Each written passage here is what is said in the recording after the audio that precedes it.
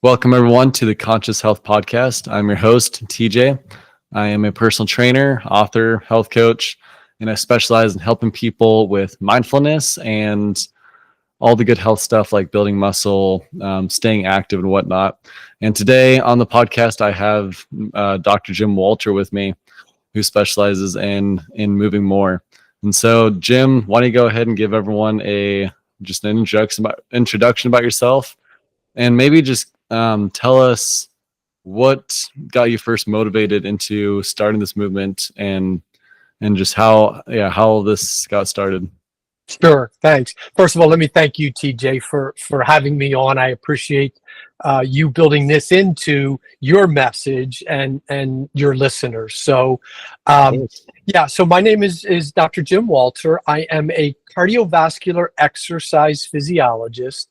I work in the pharmaceutical industry within a medical affairs area, but that's not really why I'm here. I'm here because of the cardiovascular exercise physiology part. I'm very passionate about what people can do for themselves to have an impact on their health. And we can talk a little bit more about that. As you said, I'm going to encourage movement. And in fact, I intentionally or purposefully avoid the word exercise as much as I can, because exercise is fearful to a lot of people. But I'm trying to simplify a message and encourage people to simply move more.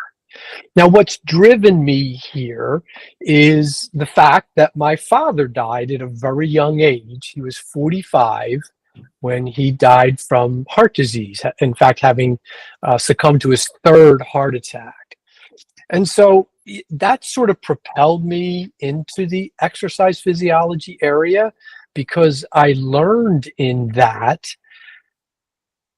in this modality called exercise, you can do a tremendous amount to reduce your risk of developing chronic diseases. And so that's what sort of drove me into all of this. And I did spend my first 10 years doing preventive and rehabilitative cardiology. And during that time, I developed what I call a frustration. And I consider myself a frustrated exercise physiologist, because we have in exercise arguably the most potent form of medicine known to mankind. Decades of research, 50, 60 years of research consistently showing. We used to think it only had an impact on like cardiovascular and metabolic diseases, like high cholesterol and diabetes and things like that. But now we know it impacts almost all chronic diseases, including things like cancer and respiratory and GI diseases.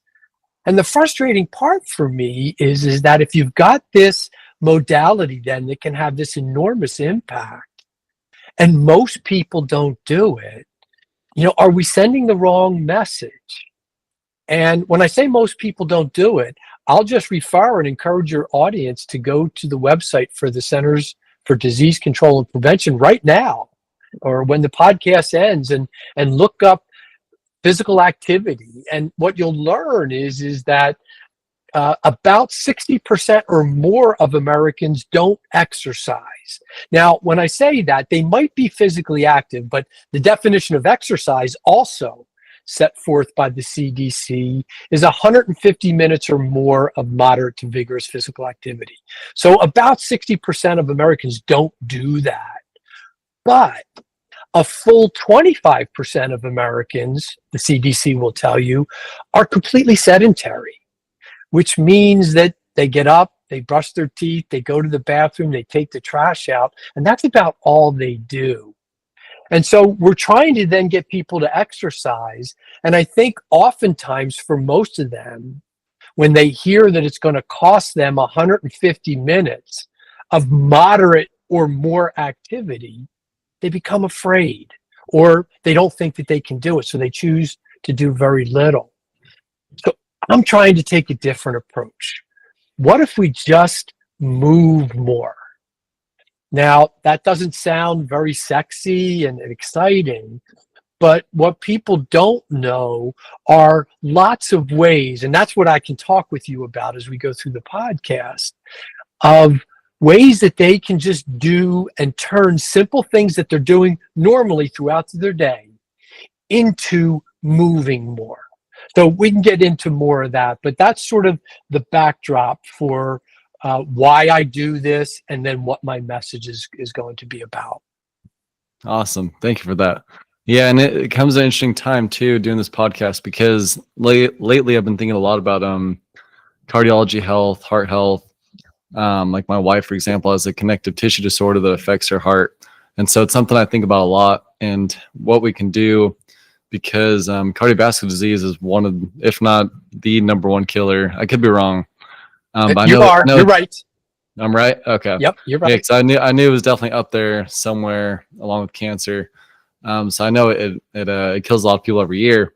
And the interesting thing too that I've thought about, I was listening to a podcast the other day where it was talking about how it's like we're recommended at least 10,000 steps a day, but even then, 10,000 steps to like a caveman or an early human is nothing. Like 10,000 Right. steps, just you just going to get your water in the morning. So, Right.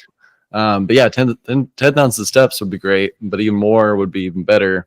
And so I really like your approach too, because I know that as a personal trainer, somebody who tells everyone to exercise and markets that very frequently, I also see how the word exercise, even though it might be fun for me because I've trained myself to make it fun, to other people it's not going to be as exciting, and it's actually going to be something that invokes fear. And so I like the way you're coming about it, where you're just saying like, look, don't think about so much of going to the gym and doing the whole exercise routine. Just simply move more during your day. So I really like your approach here. So what are some ways, and I guess the ideal person I'm thinking of here that could be listening to this is someone who maybe their life doesn't necessarily require a lot of movement. So for example, maybe a single person that doesn't have kids, they have to go to an office job where they sit down at a computer. Right. They go home, like you said, they might take out the trash, and that's it. That's a typical work day for them. Maybe they move around a little more on the weekends, but that's it. So 5 days a week, they're not moving much. What are some just simple suggestions that you would suggest to that ideal person that I just shared? Yeah. What would be some simple suggestions you would suggest that type of person? Yeah, so that's exactly where I go. And when I do presentations to audiences, what I do is, and I'll do this for you to answer your question, is I walk through the day. I just take a typical person like you described, and I walk through the day, and I just suggest some ways that they can take what otherwise might be sedentary activity and turn it into movement. So let me do a couple of those then for you. So let's say, you get up in the morning, you go downstairs, and I don't know if you're like me, you look like to be of a maybe significantly younger generation than myself. I still get a physical newspaper. Right. Uh-huh. So it's delivered out the front door. And I can use the same thing for midday as well, because I also have a mailbox. It's out the front door. And so the newspaper's out there. What most people are going to do is go and walk out their front door and go and get their newspaper. What I would suggest is, why don't you consider going out your side door or your back door, and then walk around the sidewalk, down your driveway, whatever it might be, and go around to pick up your newspaper and then come back that way. Right? So it adds more movement, maybe 2 to 3 times as much movement as it might take to go out and just simply get your newspaper. Let's say you get the newspaper, you come back in, you're going to have a cup of coffee. And let me also say this right now, and I'll emphasize this as I go throughout. What I want people to do is not always think about the suggestions that I'll make verbatim, because a lot of people might not get a newspaper, for example. I want you to think of the concepts. And when I do my talks, I encourage people to consider the ideas that I suggest, but also take a look at your day and take this approach, and how can you build more movement into it. So let's just say then you come back, you're going to make a cup of coffee, and you're a person that likes to put some milk in your coffee. And let's say, some people don't, but let's say you have two refrigerators. I'm going to guess that one of them is probably in your kitchen. And then let's just say the second one might be down in your basement or out in the refrigerator, out in the garage is where the second refrigerator is. Can you consider keeping your milk in that second refrigerator? So that way you have to maybe go down a flight of steps to get a little bit of milk and then come back up. Now, again, this is just building some movement that you otherwise might not do. And does it take a little, I've said, it doesn't cost you time. Does it take a little bit of extra time to do these things? Yeah. But I can tell you, I've been doing this stuff for years, and it doesn't change the way I go about my day. It doesn't make me go to bed later at night because I introduced this movement. So now you go to the office. You said it's an office person, right? They go to the office. Obviously, and these are the two things that we know very well in terms of move more. And you've all heard these. When you get to the office, park your car further out in the lot and walk in. Okay, I get that. And if you work on the fourth floor, maybe take, or the second floor, the third floor, maybe take the steps instead of the elevator. But then what if you were to say, Jim, well, I work on the 22nd floor. Do you still want me to take the steps? And if you're not somebody that's very active, no, I don't. But how could you make it different? Could you take the elevator to the 20th floor and then get off and walk up 2 flights of steps? See, those are the little things that people don't think of. And in giving these suggestions, I'm sort of giving people permission to do that. And then you're on whatever floor that you're on, the 4th or the 22nd. When it comes time to use a restroom, never use a restroom on the floor you work on. Go up a flight of stairs or down a flight of stairs. By the way, most of us have a water bottle or something that we drink out of. Never refill your water bottle from the closest water source. Always look to introduce another opportunity to move more. Heck, along the way, you might meet colleagues that you didn't know that worked in the office. And then let's say you come home and you know what, you've been away all day, you've got 3 kids, a 6, an 8, and an 11-year-old. And you want to spend some quality time with the 6-year-old. So you're thinking to yourself, okay, how about if I go to my 6-year-old and say, hey, how about if you grab some dumbbells and we'll go outside and go for a power walk together? Yeah, that's not going to fly, with a 6-year-old, probably. But here, think differently. What if you ask that 6-year-old, let's go outside and see how many cracks we can count along the sidewalk, or see how many different birds we can see, or how many different colors we can identify in the neighborhood.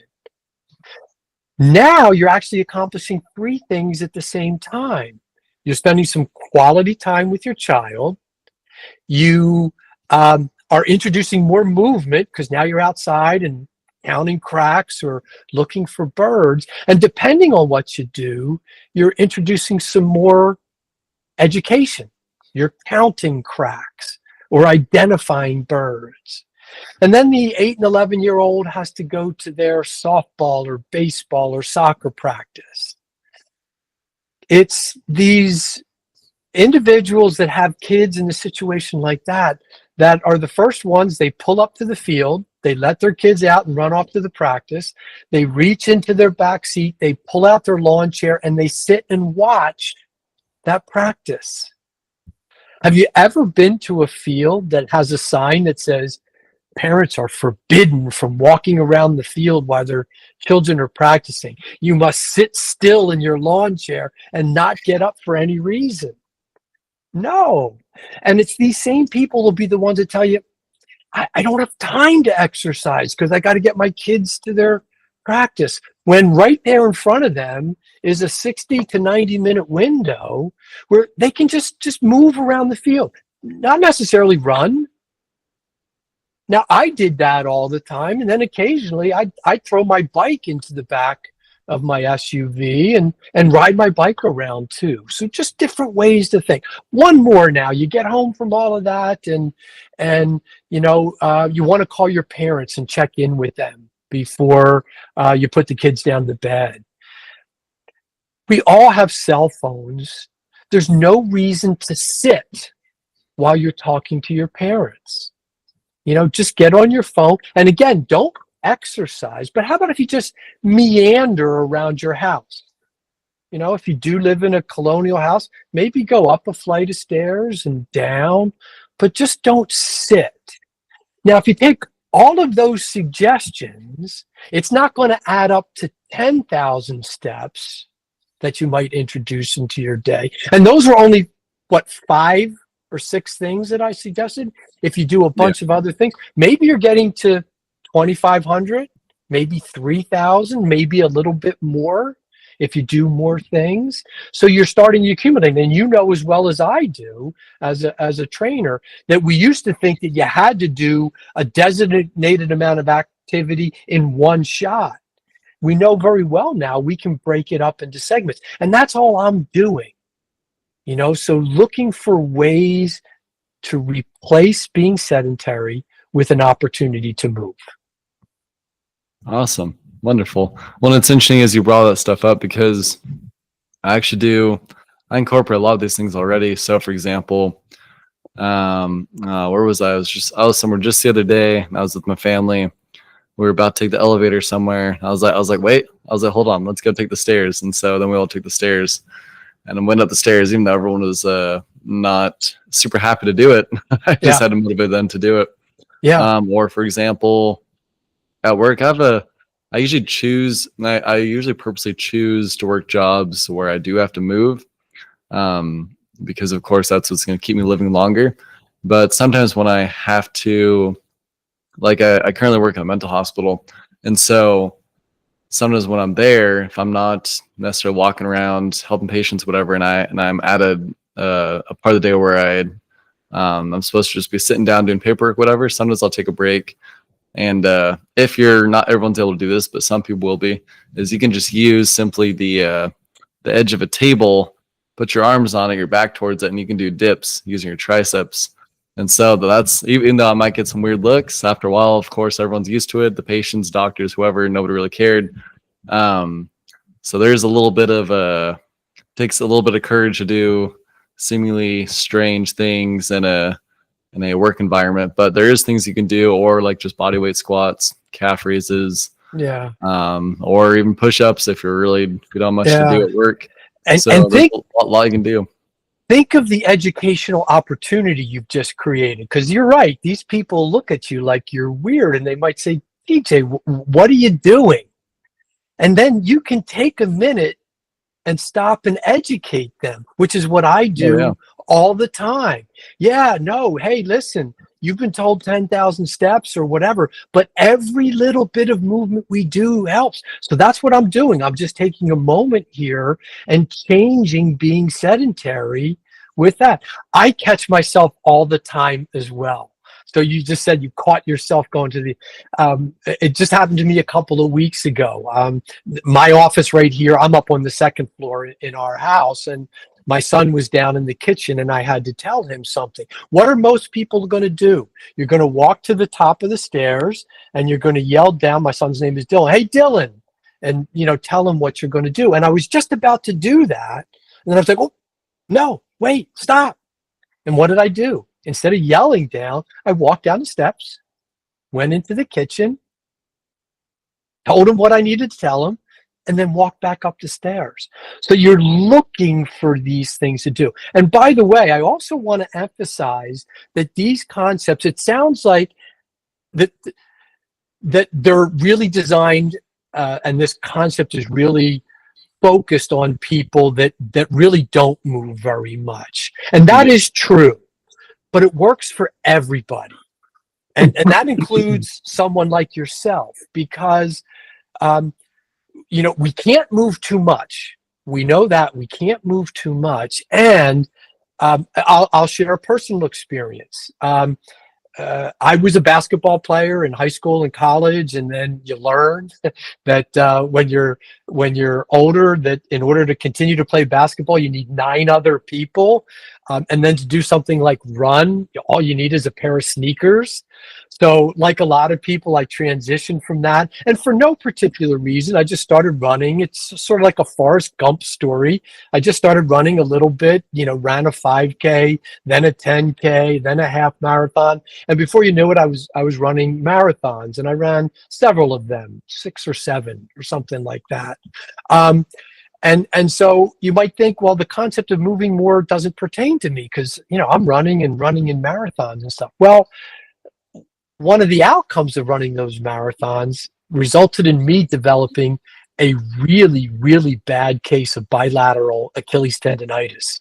So much so that it didn't disable me, but it limited my ability. In fact, it prevented my ability from running for 5, not days, not weeks, not months, years, 5 years. That's how bad this Achilles tendonitis was. And so that's not the time then to create these better movement habits.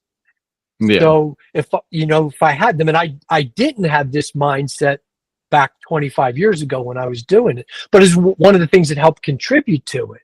What can I do? And I did keep active. I used an elliptical, which didn't bother my Achilles. In the summers, I would swim and things like that. But my message is for everyone. Yeah. And the final thing that I'll say on that end is, and I just want to make sure that I'm clear, to the audience members, I'm not against exercise. I would love for everybody to exercise. But since most people don't do it, let's at least find these ways to move more throughout your day. Yeah, definitely. Well, and something too that's helped me, this won't be applicable to everyone, but just having a kid will keep you very active too. I have a 2-year-old right now that I can hear in the background moving chairs around the kitchen. And so I think too, although I guess this does apply to more people than I originally thought of. So you could be a parent or a grandparent, or maybe you're gonna have friends that have small children. So now think about it, I guess a lot of people will be around small children at some point in their lives, and that's an opportunity where you can get a lot of movement out of that because they're ready to go. Yeah. And it's not only good to move with them right in the moment, but it's good for them in the future because then it teaches them that we are naturally designed to move and that they should keep moving. And so I've realized too, as a father, and as any parent hopefully can realize, is that when they have a kid and they're just, and yes, there's times to rest, there's times to lay down, and there's times that you don't necessarily have to move, but it's good that if you're able to, you motivate yourself. It's good to move around to show them to keep moving because, of course, all of us want our kids to be healthy. Some of us more than even ourselves. And so in that case, then at the very least, we can show them that movement's good. So, for example, like my daughter loves it when I pick her up and I spin her around, and that's a good workout right there, especially after I spend a day at work and I've worked out at the gym. Yeah. And so that's also, so there's little ways like that. So if you're a grandparent, of course, nowadays we're used to just seeing people just sitting on their phones and they get together. But then when you're a grandparent, you take the option to put your phone down, get up with the kid, rest on the ground. You can pick them up. You can go and walk them. There's a lot you can do. And I think, too, this is even more important as we go, as now we're already in a very technologically advanced age, except now it's growing exponentially with AI. So we're going to see a lot of jobs getting taken over by robots, and which isn't a bad thing, but we'll have to find even more time to move and exercise to keep us healthy because there's even more desk jobs where people are software engineers and whatnot.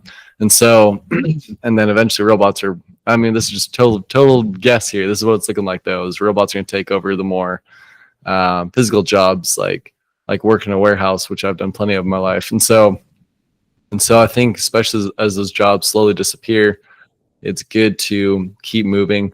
And not to mention too, a few other things that came to mind as you were talking was the fact that once you start moving, the nice thing is that, yes, even though it's uncomfortable at first, there is going to be a little bit of an endorphin rush you get because humans are naturally meant to move just as every living creature is. And so once we start moving even a little bit, yeah, even though we're going to be sore, we're going to be really tired, but then we're going to just get just enough of a rush, like, oh, this actually feels kind of good. And then like you were talking about running, you get a runner's high, or with weightlifting, you'll get an endorphin rush. And so, or even walking, sometimes just walking out in nature, it's very peaceful, very helpful. And you feel good afterwards. And so, the other thing with that too is, especially going outside, is getting sunlight. One of the biggest things, especially right now in the winter season for immune health, is the fact that not getting enough sunlight is linked to worsened immune function. So that's another thing too that I've thought of is, because I'm not against gyms. I like going to the gym, but I also like exercising outside, walking outside, and even jogging outside too. So especially when the weather's nice, or if it's too hot or too cold, you get done in the morning or evening, whatever's best, after work. And so, yeah, there's a lot of ways you can incorporate movement, and just the realization that once you start, even though there's some things that will get tough, there will be that little rush you get, because we were all created to move. We didn't evolve to this point just so we could sit around and all of us get cancer and diabetes and cardiovascular disease. We can do more, incorporate movement still. So that's just a little something I wanted to add too as well. Yeah, let me capitalize on just a couple of things that you said, because you hit the nail on the head there. The idea of this moving more is exactly what you were alluding to. That, as I said, I would like for everybody to exercise, but if you're so far from being able to exercise, then we often choose not to do it. So if we can just get closer to it, it would almost be like, and I do this when I give talks, is, I'll ask somebody in the audience, who considers themselves really physically active? And somebody will raise their hand, and I'll ask them a question. Okay, so would you be willing to take me up on this offer? How about if I make you an offer to go to Nepal next week? I'll pay for this trip to go to Nepal next week and climb Mount Everest next week. Are you up for that? But I tell them, before you answer that, if you're not able to do it, you'll have to give me all my money back. And the reason I put it that way is because there's no way, they have no shot of being able, even if they're a marathon runner, they have no shot of being able to go and climb Mount Everest next week, because of all the kinds of conditioning that it takes to get there. Now, here's a marathon runner, right? So the whole purpose of that, though, is to get closer with different steps. They would be closer than somebody that's completely sedentary. And so, right, as you said, moving more is a way to get you closer to where you might be comfortable to go out for a 30-minute walk. Then you also talked about, I loved your example of and your daughter, and that's another thing that I often include in my talks is that, if you put a 2-year-old in the middle of the room, what are they going to do? Or let's put it this way, what are they not going to do? What they're not going to do is sit still. Right. And so I use that as an example to support the message you had said, because biologically we're designed to move. So that's what they do. As we get older, we think our ways out of movement. Right. That's what we do. So you take the thinking part away and we're going to move a lot more. And then the final thing is, as you said, with everybody, and I'll go back to the message you put about grandparents and link that to the way I started things. Yes, if a grandparent asks their grandchild, to go for a walk, most of the time they might say yes. But what I would encourage that grandparent is to ask it different ways. Don't always ask to go out for a walk. Let's go out and count cracks. Let's go out and see birds. Let's go out and identify trees. And that way you can always make it interesting. And then, as we both said, both of them then get this ability to move. Yeah. It's it's just amazing to see. I'm sure you're well learned on all the statistics too, with not just exercise necessarily, but just simply just walking more. Like walking there's a huge power in just walking. And I've seen numerous studies on just simply just walking around. It helps your memory. It prevents, of course, cardiovascular disease, prevents Alzheimer's, prevents just about every single disease we can think of, because most diseases, in my opinion, from what I've seen, actually stem from us not moving enough. So, and of course, mixed with a poor diet.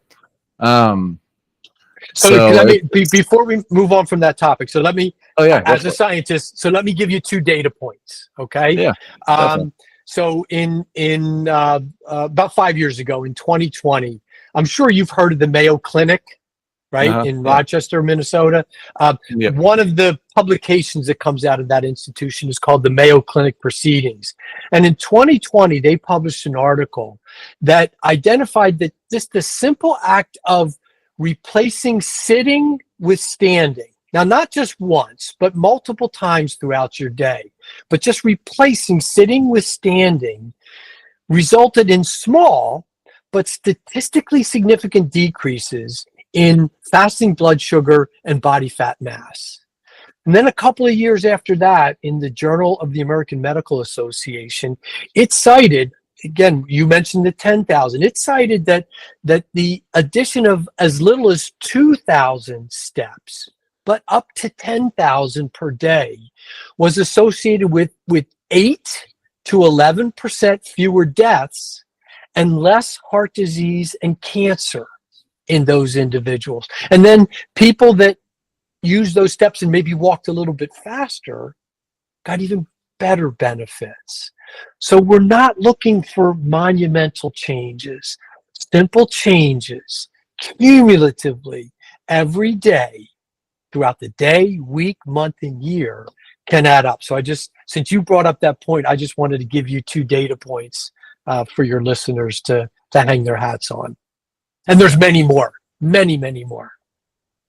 Definitely, yeah. And I had, for me, and I know for my clients and just friends and family even who ask me for advice, excuse me, like that's why I'll usually start with is just walking. Just like they come to me for advice, hey, I'm super busy, I work a lot, or family stuff, I don't have time for the gym. Then walking is the first thing I go to, and I just tell them, like, look, there's so many benefits from you just simply walking around more. Or I live in Arizona. There's a lot of, once the weather's nice, there's plenty of places to hike around and walk around at. And so thankfully here with the nice weather half the year, people can do that, and they can go walk around. And not so much in the summer, probably deadly, but yeah, they can in the nice months you could walk a ton, and you can get a lot of benefits just from that alone. You don't have to go to the gym, you don't have to do any of that. And the cool thing is you can bring your family and you can talk, and the time's going to pass so much that by the time you're done, you just walked a mile or two and you didn't realize it because you were talking to family or whatever it was, or they won't listen to music. So yeah. And when another thing that I'll just add to it too, when I give talks to audiences is, I want to have fun, right? I want to inspire people. And I'll share a couple of quotes with you that I use. I don't know if you're into tennis at all, if you've ever heard of Arthur Ashe. He's a legendary tennis player in the United States from a while ago. But now where they play the U.S. Open in New York, the stadium is actually named after him. He's deceased now, but he was alive when the stadium was built. And he had this saying that motivated him, that he wanted not only the players to see, but all of the spectators that were coming to watch the U.S. Open. And it's the epitome of what my message is about. It was start where you are, use what you have, do what you can. So start where you are. Everybody's different. Some people are sedentary. Some people incorporate some physical activity. Some people, like yourself, are very physically active. So start where you are. Use what you can. Use your house. Use your place of work. Use your hotel room, if you're traveling, to be able to do something. And then, do what you can. Just do what you can. But take the blinders off that we place on ourselves where we have, ways to move. One of the things I started, this is stupid, but it's more, is I now, not the whole time, but I will now stand up and watch TV while I'm standing. Again, not the whole time, as you said. You don't need to do something the whole time. But so the simple act of standing up is one thing. And then you're standing, which from an energetics perspective from your body costs more energy to your body than sitting, which is always good. And then, I just started swaying or moving back and forth from the TV a little bit. So if I'm watching, and soccer now is big, both of my kids were very talented soccer players. So, now, and so I stand away from the TV to watch the soccer match, but then there's the replay, and, there's the argument, was it a foul? So I walk up really close so I can see it. And so it's another way that you can add more movement. And then, it had nothing to do with what, we're talking about, but way back when, Albert Einstein, this is a quote that a lot of people don't know that he said, but he said this. He said, nothing happens until something moves. Now, he was talking from a physics perspective. Right. But isn't that a perfect message for what you're trying to do with your clients? Nothing happens until something moves. So, well, we're part of physics just as much as what we observe anyway. So exactly. We're all made out of atoms and protons and whatnot. So it makes sense to me. Yeah. Something I want to add too is with standing. So like I'll find times where I'm usually standing when I do this podcast, but I don't have my usual location. So I'm actually sitting in a room. It's definitely not as comfortable as when I'm standing, but usually, I'll find times to stand, like even when I'm eating. I don't really know how much that changes digestion, but I'll stand a lot even when I'm just eating. That's a habit I don't even think about anymore. I just kind of end up doing it. Not every time. Like if it's a formal family dinner, I'll sit down. But if I'm just eating myself, I'll stand up.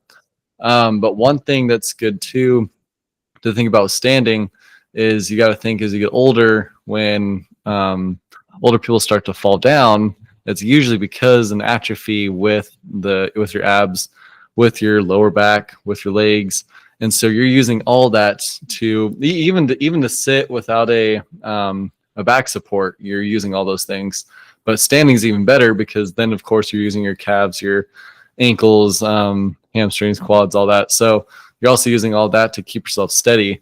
And so I definitely believe if, at the very least, if we just stand more, then we will also be falling less, having less injuries, and being able to have more of a quality life with the more years that we have in our life. So, yeah. And you know what?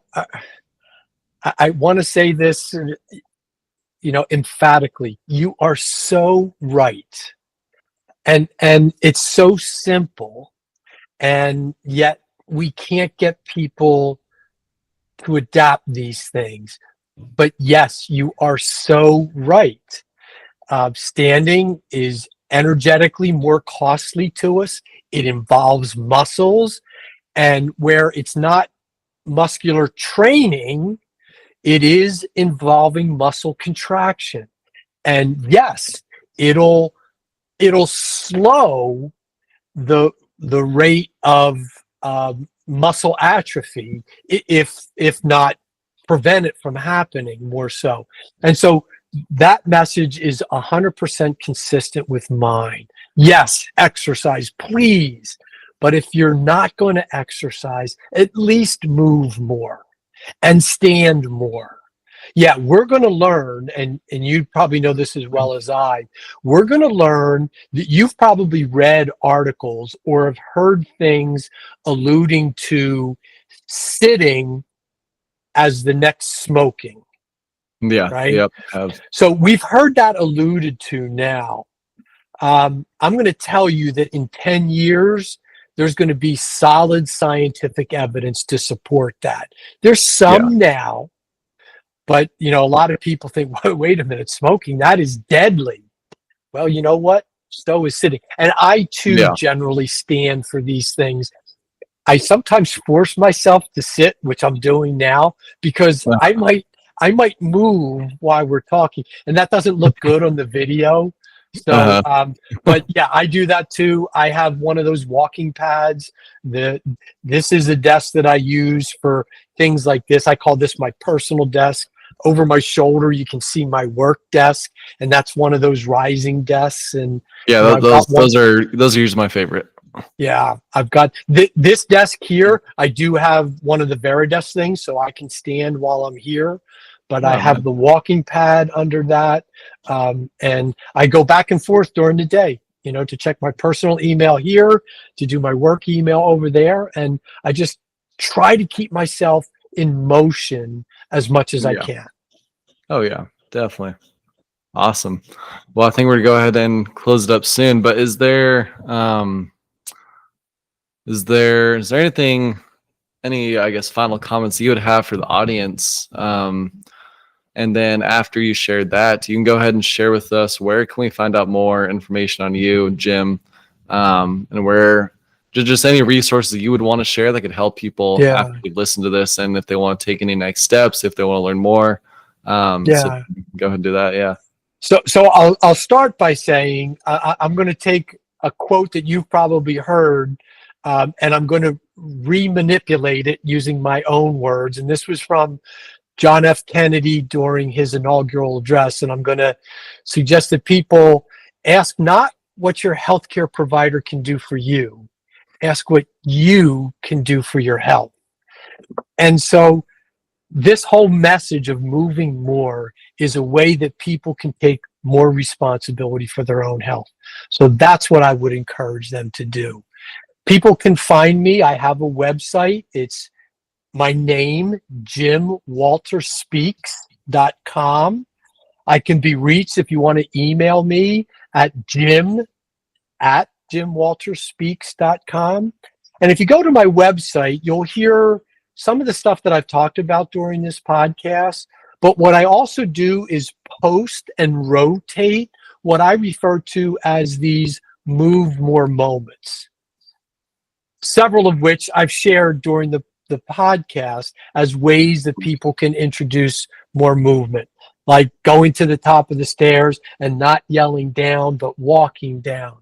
Things Yeah. that can quickly add movement to your day, and they're rotated around. So, you can pick up some, and if you like them, use them.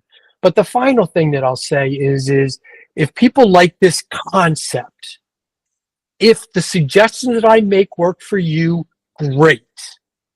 But if not, take a look at your own environment and be creative and just think, how can I replace being sedentary with an opportunity to move? And that'll have an impact on their health. Awesome. Yeah. Thank you. I appreciate you taking your time to share this message, because I'm sure you have a busy life otherwise.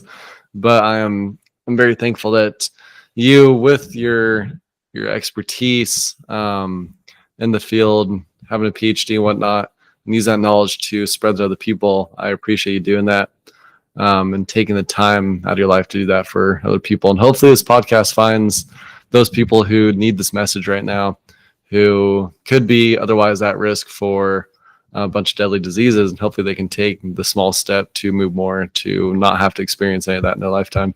Yeah. And my final words will be a message of thanks to you. I appreciate you taking the time to develop a podcast, get important messages out to people. And I thank you for including me and allowing me to be part of this message. Of course. Yeah. Thank you for joining the podcast.